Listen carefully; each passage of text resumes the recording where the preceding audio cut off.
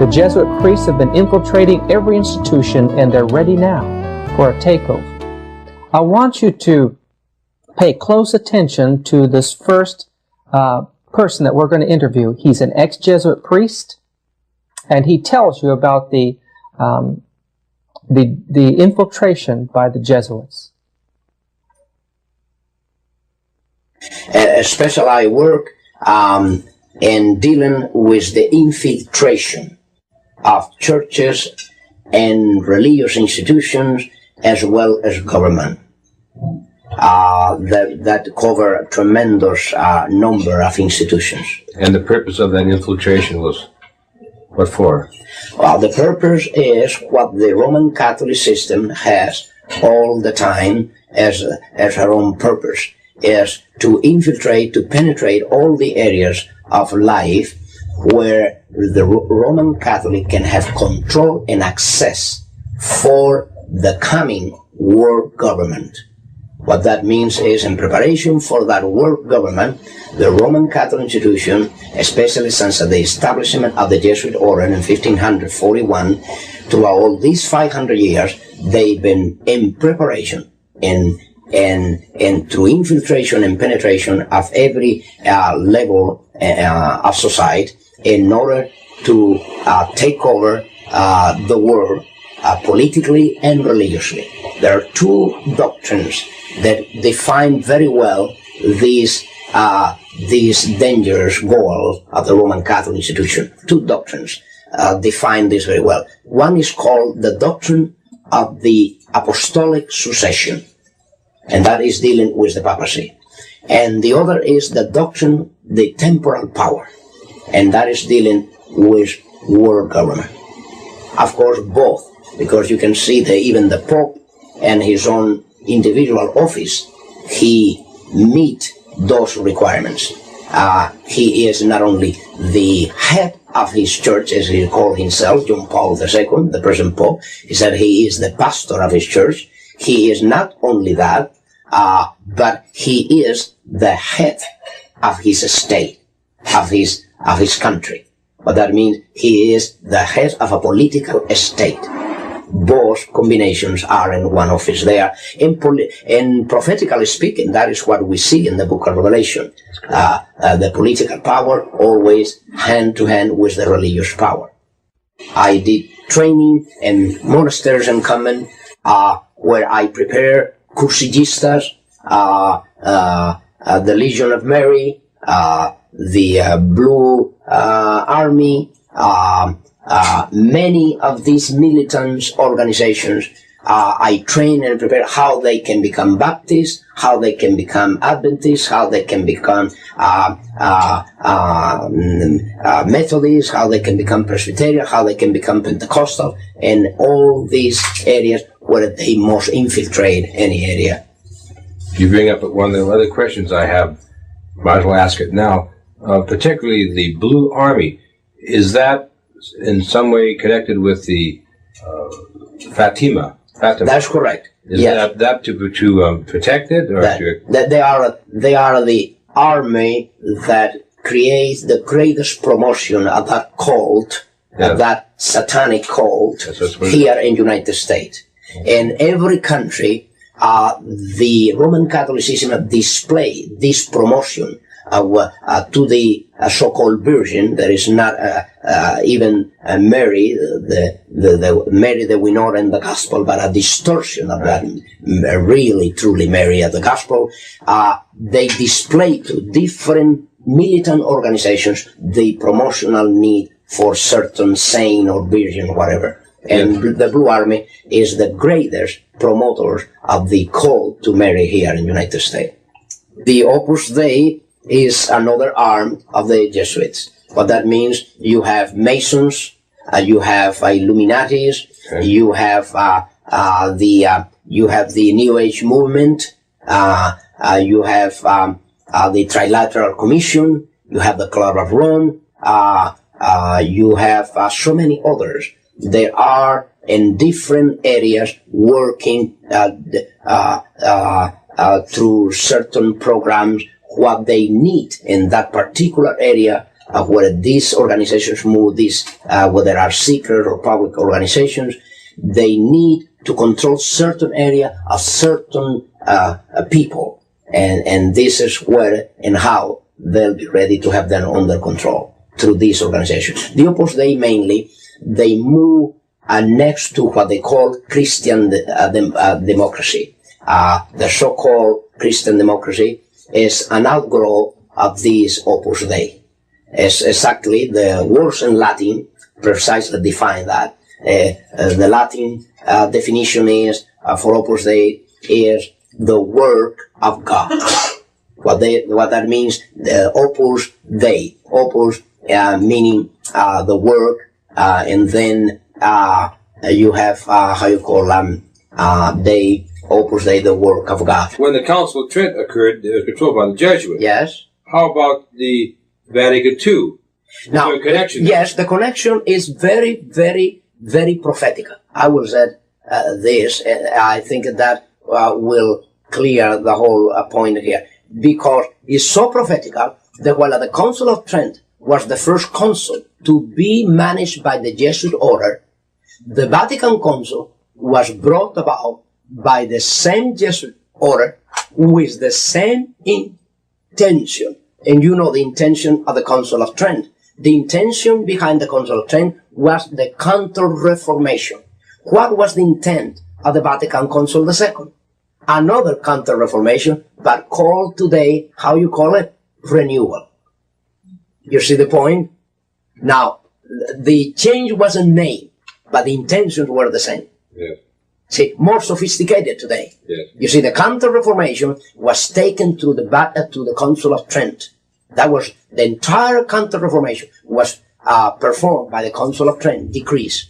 Then through that time until today, Vatican Council II came about with the idea of renewal. That means another step forward, and the final, I will say this is the final stage of a Counter-Reformation. Now, how about the charismatic movement? What's the connection with that? The charismatic movement is serving the purpose, as we said, of one of the many issues. As we said about Saturdays and Sunday, they'll pick up every issue with different denominations. In the case of the charismatic movement, they pick up the charismatic movement because one factor, they could not bring under subjection the Pentecostal denominations. They couldn't. They could not. Even when they went to the ecumenical movement before, from 1945 down to our day, since this already starts. As a matter of fact, if you want to know, the World Council of Churches started financed by the Jesuits in Europe in 1945, after the end of the Second World War already, or by the time that the World War was to end, already the Jesuits were at work trying to unite all the Protestants in Europe. And that was the origin of the World Council of Churches and the ecumenical movement. Today, the charismatic movement is serving that purpose. Where a Pentecostal could not be bring into the ecumenical forum, they brought it through the exercise of charismatic gift. Would you consider that Jesuitism to be an occult secret society? It is an occult secret society from the point of view that the Jesuit order, what you know of the Jesuit order and what everybody knows of the Jesuit order is not the truly Jesuit order. What that means is even the Jesuits within the Jesuit order, they all are not knowing the secret society, the inner secret society that they are surrounded by. It's a pity to have even to say that at this point in the history of the United States, in the history of the presidents, has not been other president. From the time of President Washington, that was the first president to be utilized by the Jesuits. If you were not aware of that, President Washington already was initiated by the Jesuits to bring about the first communication with the Vatican ever known in this country. From there on, President Reagan, to all this time, President Reagan has come to fulfill the greatest moment in the history of this conspiracy, because no other president has come as close as President Reagan with the Vatican, and even not even John F. Kennedy. What that means is they have done to President Kennedy, to President Reagan, what they were not able to do even through a Roman Catholic president. And nevertheless, I will say this: the religious belief of President Kennedy is nothing more, nothing else than another expression of Catholicism. Perhaps I need to clear this. Roman Catholicism is not only the Roman Catholicism. Roman Catholicism is still, and it has been at work outside the Roman Catholic system. What that means, there are many daughters of the Roman Catholic system outside the Roman Catholic system. And as there are many daughters, these daughters have children, and of course, President Reagan fit within that picture. His relationship with the Vatican today brought about several things. One of them is the diplomatic relationship with the Vatican. Second, the preparation for the signature of a concordat between the Vatican and the United States. And if you want to know, this never took place overnight. President Reagan was prepared and initiated for the task that is performing today as President of the United States by the Jesuits of Rome, and the time that he served as a star in a movie that was very well known and still being showed today, a very old movie about the football team of Notre Dame. Newt Rockney. That's correct. This is the time that the first contact was made by the Jesuits with Reagan. Jesuits, under the stream of an induction, they were not directly to be involved. They only were the elements, the intellectual element that will prepare this. The case of Abraham Lincoln. Abraham Lincoln, the president, was killed by the Jesuits of Rome, but there was no a Jesuit there involved directly. Nevertheless, was the Jesuit who prepared the plot against his life and prepare and train those who were to kill him. They arranged it. Yes, it happened with President Kennedy, the same thing. The assassination of Kennedy is another fact that can be proved of any time that was ordered and by the Jesuits in order to get rid of a president that already was ashamed to the Roman Catholic institution, being Roman Catholic. You have two different extremes. In Abraham Lincoln, you have that there was a man professing to be a Christian, solid Christian, and then there you have a man that professed to be a solid Catholic, but then put to shame his own institution when he was confronted about what he will do as a Roman Catholic president about the Constitution and about the interests of the Roman Catholic institution. When he placed the Constitution of the United States above the canon laws of the institution, he called for disaster. Let me tell you where the Knights of Columbus has done and performed a tremendous job in the United States in education, in public education. The authors of the chaotic situation of the public schools in the United States has been and are the Knights of Columbus in the United States. What about the work of Alcazar and Rivera? Now, these were two Jesuits that are starting already way back early, and before the 1600 already. Rivera and Alcazar were already commissioned to penetrate, since the infiltration was very difficult in the days through the Reformation. They can spot an infiltrator very easily in those days because the struggle was face to face with the Vatican. Then Roman Catholics and the Inquisitors, they have a hard time trying to infiltrate the Christian churches, even in Spain, where it was underground completely. They have a hard, difficult time, and there was a most very fearful thing to infiltrate. Then nevertheless, they did it. They did infiltrate, and this is how they find many Christians worshiping the Lord in underground places. Now, through infiltration. But in these cases, they were not commissioned under the stream of an induction, as I was, under the stream of an induction. Rivera and Alcázar, they were to work, and then later Lacunza. There is more, but I will mention these three, the most important ones, in dealing with one special area, prophecy. They were assigned to deal especially with prophecy, with the purpose to do two things, at least. To cover up any prophecy relate to the origin of the Antichrist, relate to the Antichrist, and relate to the papacy, relate to the Antichrist.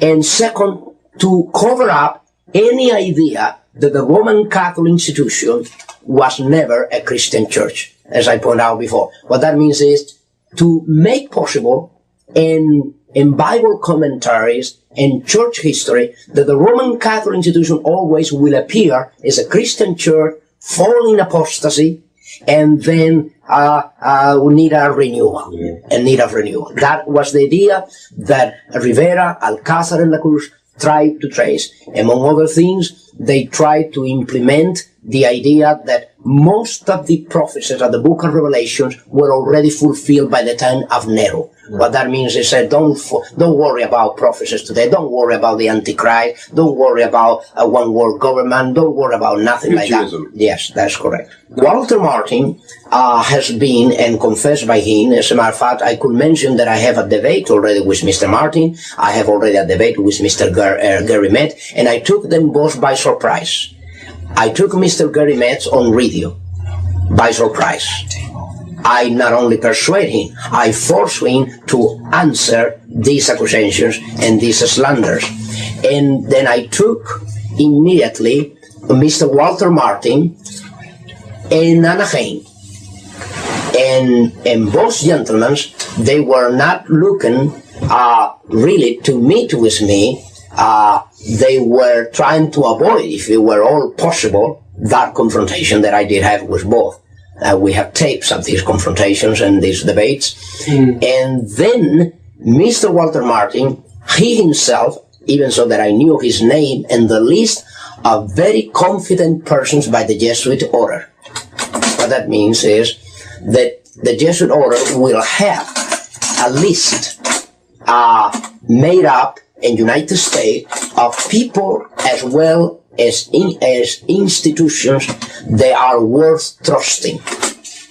And Mr. Walter Martin, I even mentioned to him in this confrontation with him that his name was listed in that list. What did he say? And he said to me, well, I don't know why my name is there. I said, you should know. He should know. Yes. I said, you should know. As a matter of fact, why Mr. Walter Martin, 25 years ago, he even wrote about the cult to Mary, a book about Mary, and 25 years after, he have a list, as a matter of fact, that I have with me, a list of cults where he lists the most dangerous cults, and all who in the list of his most dangerous cult are Christian Science, Jehovah's Witnesses, Mormons, starting with the Mormons.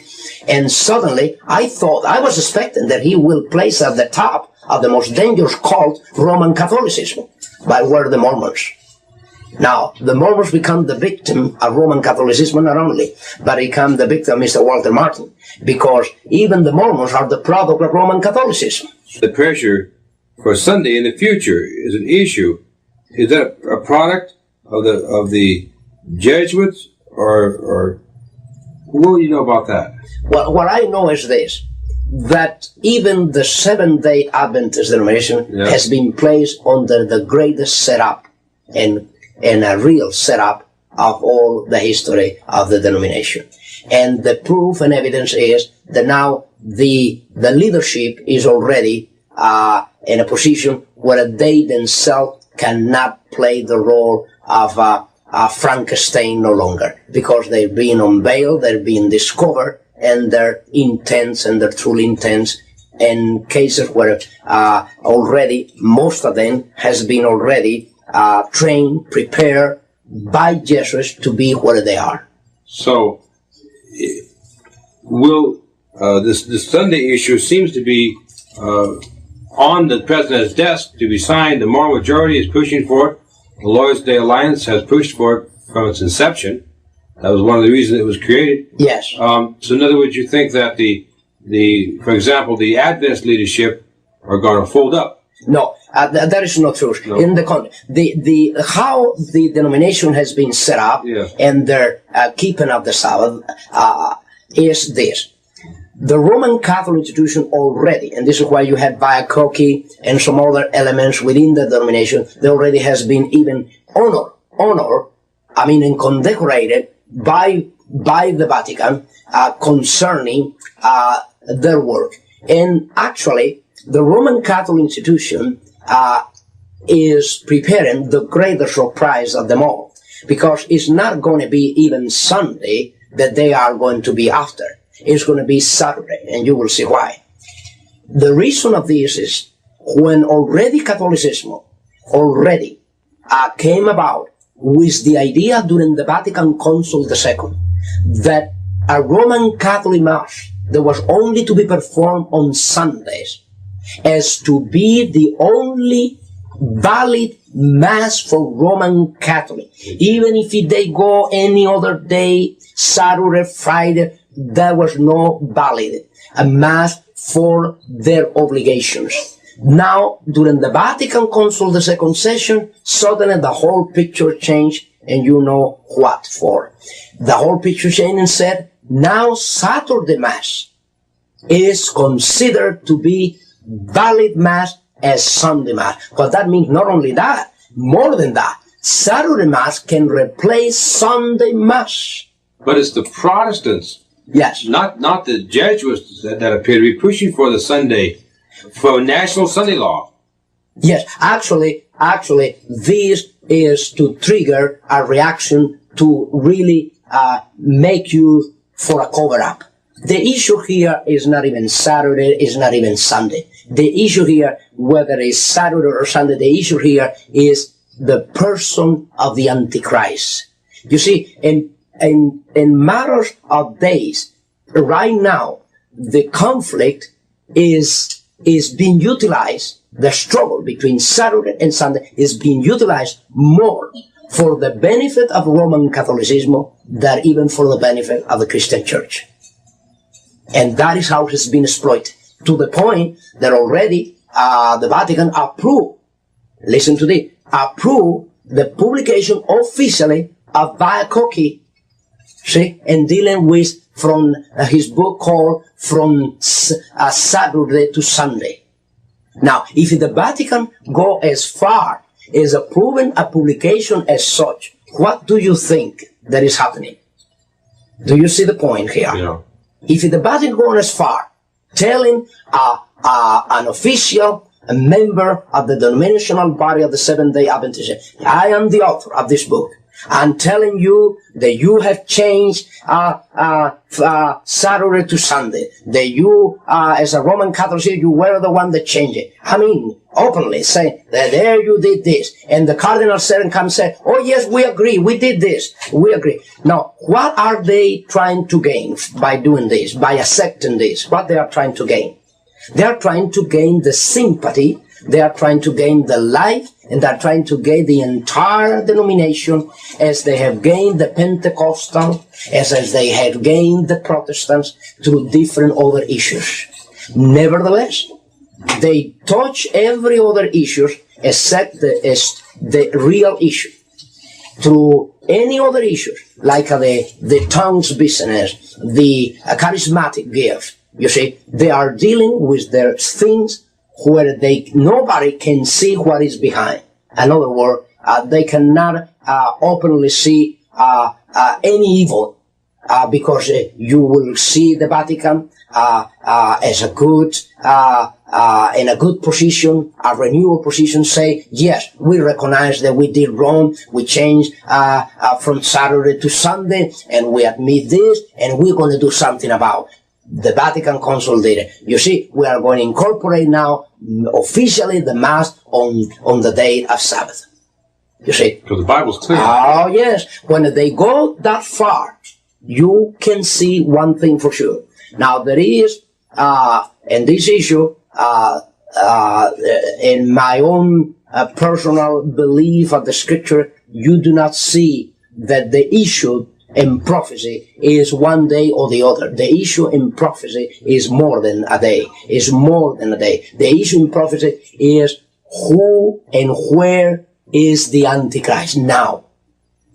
Once that the person perceives the reality and the manifestation of this prophecy, they'll know the rest according to the scripture.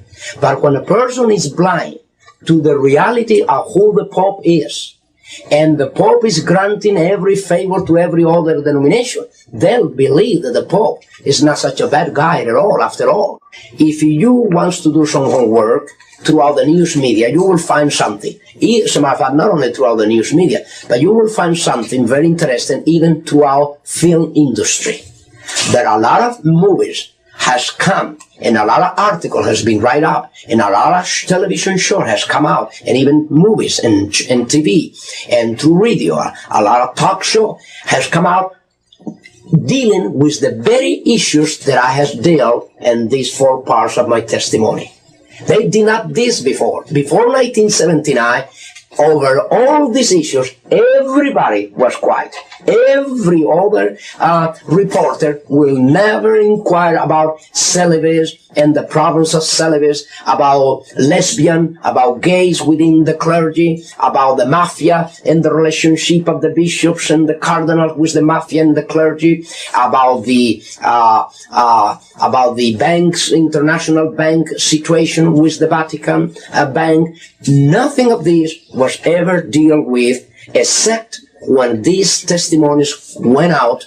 Then the news media start dealing, the film industry start dealing with priests that were unfaithful priests, cardinals that were unfaithful cardinals, bishops that were unfaithful bishops. As a matter of fact, even Jesuits within the Jesuit order were sent out immediately to answer to these very issues, to answer in their way. What that means is they went saying from every direction, yes, we recognize that there are priests involved with the mafia, there are even bishops. We recognize there are priests that they have broken their celibacy and they have committed a fornication and they're still committing fornication. We recognize it. But you see, the church is another matter. The idea always was to tell the Catholic people, tell the Christian world, yes, these things happen, but this is isolated. This is one priest, a bishop, a cardinal, someone that was unfaithful. But this is not the religion. This is not the system. This is not our belief. This is not our life. This is not our conduct. That is what they pretend to do. You have, among even present Jesuits, Hans Kahn, the German Jesuits, and then you have Malachi Martin. These men under dispensation. What that means, granting them the authority and the power by the Vatican and the Jesuit general to go out and speak against the Pope, speak against the liturgy, speak against the clergy, and they will not suffer excommunion. You see that they can go now trying to deal with these very issues, trying to justify that regardless of all this commotion, of all this immorality, of all this corruption, of all these crimes, this is different from the mother, from the system. That these are individuals within the clergy, but not the system. And of course, the system is the one that created them all. Has it been a certain promotion to create in the United States a special way of looking at Roman Catholicism? Oh, yes. Yes. You mean type of propaganda special for this country? Yes, definitely. This is why they has been so successful here in the United States, being a country of a Protestant inheritance with a Christian beginning, right in the 1620, when the Pilgrims arrived to the northeast coast of this country. And suddenly, today is making a concordat between the Vatican and the United States. Now, what that means, this is the greatest treason ever known to the very founders of this country. I mean, the most direct treason and betrayal that has taken place in this country has taken place, and the fact that now this government is looking for fellowship, for relationship with the very criminals that caused the greatest massacre in Europe, by which massacre and through which persecution the Pilgrims arrived to the northeast coast of the United States. We were told that the United States would repudiate every principle of the Constitution, and I'm sure that that is not too far in the distant future.